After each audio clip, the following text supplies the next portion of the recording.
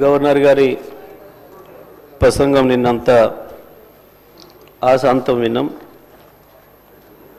ఆ తర్వాత ఈ పుస్తకాలు తీసుకుపోయి మధ్యాహ్నం నుంచి సాయంత్రం వరకు మళ్ళీ తిరిగేసి కూడా చదివినాం అధ్యక్ష. తెలుగులో కొంత ఎందుకో కొంచెం ట్రాన్స్లేషన్ మక్కి కనబడ్డది. సరే ఇంగ్లీష్లో కూడా చూద్దామని అది కూడా చూసిన అధ్యక్ష. ఈ మధ్యకాలంలో ఏఐ గురించి వెళ్ళి ఎక్కువ మాట్లాడుతున్నారు. సరే ఆ ఏఐ ఏం చేస్తుంది, ప్రపంచాన్ని మూస్తుందా తెలుస్తుందా తర్వాత విషయం, దాని మీద వేరు వేరు అభిప్రాయాలు ఉన్నాయి. కానీ ఇది కేవలం ఆ ఏఐ ద్వారా దాన్ని ఉపయోగించి తయారు చేసిన ప్రసంగంలాగా కనపడ్డది. ఏదో చాట్ జీపీటీ అని చెప్పి దాన్ని వాడి మనకేం కావాలో చెప్తే అదే తయారు చేస్తుంది అని చెప్పి మనం ఏదైతే వింటున్నామో బహుశా దాన్ని వాడి తయారు చేసిరేమో అని చెప్పి అనిపించింది అధ్యక్ష. ఇద్దరు మిత్రులతో ప్రస్తావిస్తే కూడా వాళ్ళు కూడా అదే అనుమానం వ్యక్తం చేశారు. వాస్తవానికి అధ్యక్ష, ఒక రాష్ట్ర ప్రభుత్వం బడ్జెట్ ప్రవేశపెట్టే ముందు ఉభయ సభల్ని ఉద్దేశించి గవర్నర్ గారు చేసే ప్రసంగం ఏదైతే ఉందో ఆ ప్రసంగం ఎంత గొప్పగా ఉండాలి, ఎంత వాస్తవాలతో కూడుకొని ఉండాలి,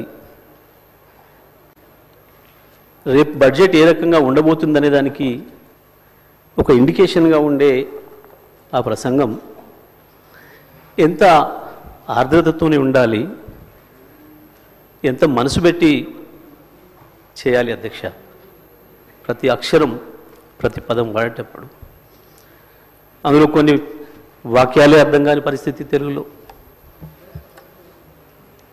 వాక్య ప్రారంభానికి చివరికి ముగింపుకి సంబంధం లేని పరిస్థితి ఆశ్చర్యంగా అనిపించింది అధ్యక్ష.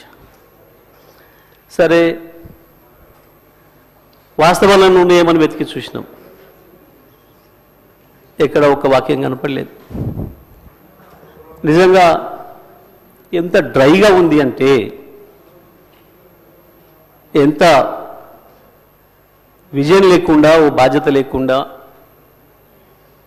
గడిచిన సంవత్సర కాలంలో జరిగింది ఏంది, వాస్తవం ఏంది, భవిష్యత్తు ఏంది, ఏమన్నా ఒక అక్షరం కనపడుతుందేమని చూస్తే ఎక్కడ అక్షరం లేదు అధ్యక్ష. వాస్తవానికి మనసు పెట్టి చేయాల్సిన పని పాపం ఆ మనసు కవి ఆత్రేయ అని ఉండేది అధ్యక్ష. ఆయన కనుక ఉండుంటే ఇది చూస్తే పాపం ఆత్మహత్య చేసుకునేవాడు. ఇంత మనసు లేకుండా పనిచేస్తాయా ప్రభుత్వాలు, మనుషులు ఇంత దరిద్రంగా ఉంటుందా అని ఆ రకంగా ఉంది అధ్యక్ష. ఇది అధ్యక్ష స్పీకర్ గారు చూసుకుంటారు విషయం. ఎందుకంటే ఎందుకంత భయపడతారు ఆగరాది? గంట 10 నిమిషాలు మీరు మాట్లాడితే ఒక అక్షరం ఎక్కడి నుంచి ఎవరు మాట్లాడలే. అగమాగం కాకుండా మొదలే కాకపోయా, ఎందుకు ఆగమవుతారు అప్పుడే? అయ్యో మొదలే కాకపోయా, ఊరే ఇంకా ఉంది కదా అధ్యక్ష. ఒక గవర్నర్ గారి గురించి మేము విన్నాం. సరే పార్టీ ఏదున్నా ఎట్లా ఉన్నా గతంలో వారిది ఒక మంచి మనిషి అని, ఒక ఇంటిగ్రిటీ ఉన్న వ్యక్తి అని, గొప్ప చదువుకున్న వ్యక్తి అని. కానీ పాపం వారితోని 36 నిమిషాల్లోనే 360 అవాస్తవాల్ని మాట్లాడొచ్చారు. 36 నిమిషాల్లోనే 36 15 నెలల వాళ్ళ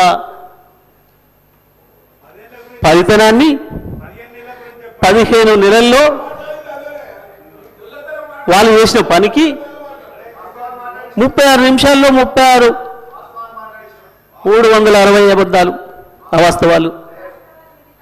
నిజంగా కూడా పాపం గవర్నర్ గారు మనసు ఎంత గింజుకుందో వాళ్ళు చదవటానికి. ఇంగ్లీష్లో అర్థమై ఉంటుంది, ఇంగ్లీష్లో అర్థమై ఉంటుంది అధ్యక్ష. నాకు తెలిసి మనస్ఫూర్తిగా చదవలేదు, గవర్నర్ గారు కూడా మనస్ఫూర్తిగా చదివి ఉండరు అధ్యక్ష. అది నాకు తెలిసి నాకు తెలిసి ఎట్టి బస్సులో గవర్నర్ గారు మనసుతో మాత్రం చదవలేదు అధ్యక్ష. పాపం చాలా మెకానికల్గా చదివి ఎప్పుడు వెళ్ళిపోవడం అన్నట్టునే పోయారు పాపం అధ్యక్ష.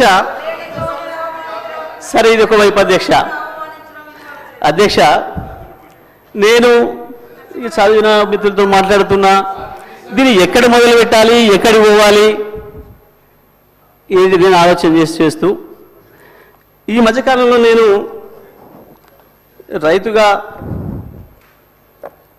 జరుగుతున్న పరిణామాలు, వ్యవసాయ రంగంలో వస్తున్న పరిస్థితులు, ఎండిపోతున్న పంట పొలాలు, ఎక్కువ తిరుగుతున్నా కాబట్టి అక్కడ రైతుల దగ్గరికి వెళ్తున్నా, రైతులతోనే ఉంటున్నా కాబట్టి ఆ రైతుల్ని కలిసి మధ్యకాలంలో ఎక్కువ మాట్లాడొచ్చున్నామని కాబట్టి ఒక్కసారి అదే రైతులతో ఒకసారి మాట్లాడి చూద్దాం. అయా రాష్ట్ర ప్రభుత్వం గవర్నర్ గారి చేత ఈ రకంగా మాట్లాడించింది ఇవాళ. సరే, నేను వచ్చిన ప్రతిసారి మీరు నీళ్ళ గురించి కొట్లాడండి సార్, జర అసెంబ్లీలో మాట్లాడండి సార్ అని అడుగుతున్నారు. నాకు అవకాశం వస్తే మాట్లాడతా అని చెప్పిన, ఇక్కడ మన స్పీకర్ గారు ఇస్తే కదా మాట్లాడాల్సింది మేమని. సరే, నా అదృష్టం కొద్దీ మా అధ్యక్షుల వారు, మా నాయకులు కేసీఆర్ గారు దీనిపైన నన్నే మాట్లాడమని చెప్పిండ్రు. ధన్యవాదాలు వారికి. మీ ముఖ్యమంత్రి కంటే దూరంగా ఏం లేడు. రెండు కామెంట్స్ బంద్ చేయండి. ఇక మీ ముఖ్యమంత్రి కంటే దగ్గరనే ఉన్నాడు. ఎక్కువ మాట్లాడవద్దు. ఇక నాకు ముందట ఎక్కువ మాట్లాడుకొని మూసుకోండి. అధ్యక్ష, మాట్లాడితే ఆ రైతులకే వినిపిద్దాం ఈ విషయం కూడా అని మొత్తం వినిపించిన అధ్యక్ష తెలుగులో ఫోన్లోనే. నేను మనం పోయినప్పుడు ఒక తండ పోతుంటే ఇటువైపు మళ్ళీ పెద్ద మట్టి గుట్టలు కనబడుతున్నాయి. ఆగిన మళ్ళీ ఎందుకు వచ్చినాయి ఈ గుట్టలు, మట్టి గుట్టలు అని. బావులు తీయడం మొదలైంది అధ్యక్ష. మళ్ళీ సరే చూద్దాం ఈ బావికి ఎంత ఖర్చు అయింది, నీళ్ళని ఊరుతున్నాయని చెప్పి కారు దిగి బావి దగ్గర పోయినప్పుడు అక్కడి నుంచి గొర్రెలు వస్తున్నాయి. గొర్రెలు కాసుకున్నాయి రైతులు, గొర్రెల కాపర్లు కూడా, సోదరులు కూడా వచ్చారు. వాళ్ళకే చేసిన అధ్యక్ష. వెంకట్రాములు, రాజయ్య ఇద్దరు ఎందుకు రైతుల గురించి అనేది భయపడుతున్నారు, గొర్రె కాపర్లు రైతులనే భయపడుతున్నారు అధ్యక్ష. వాళ్ళకే మాట్లాడిన అధ్యక్ష నేను.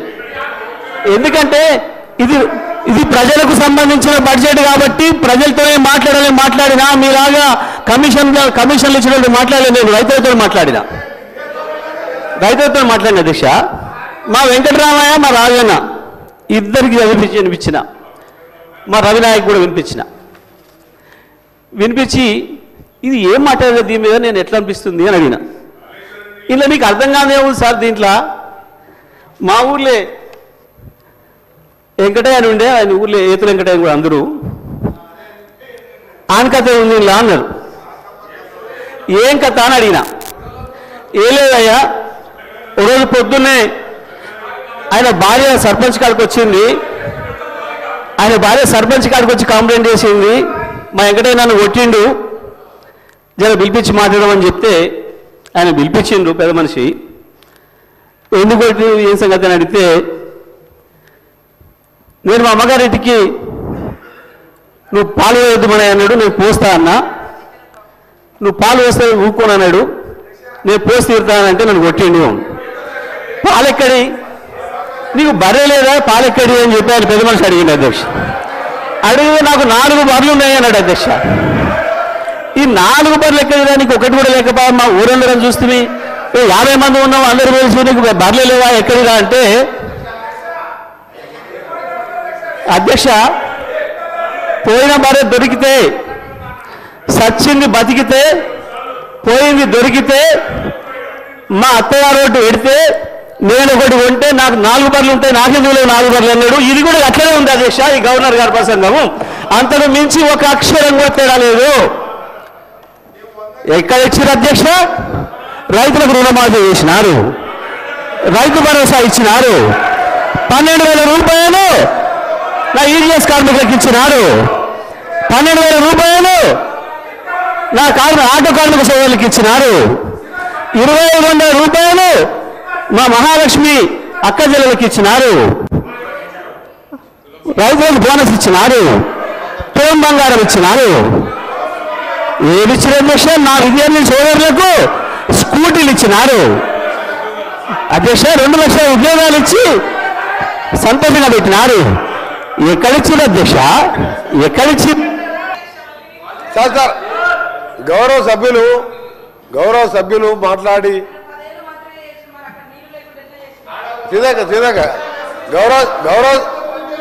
గౌరవ సభ్యులు వారు ఎన్నికల 2013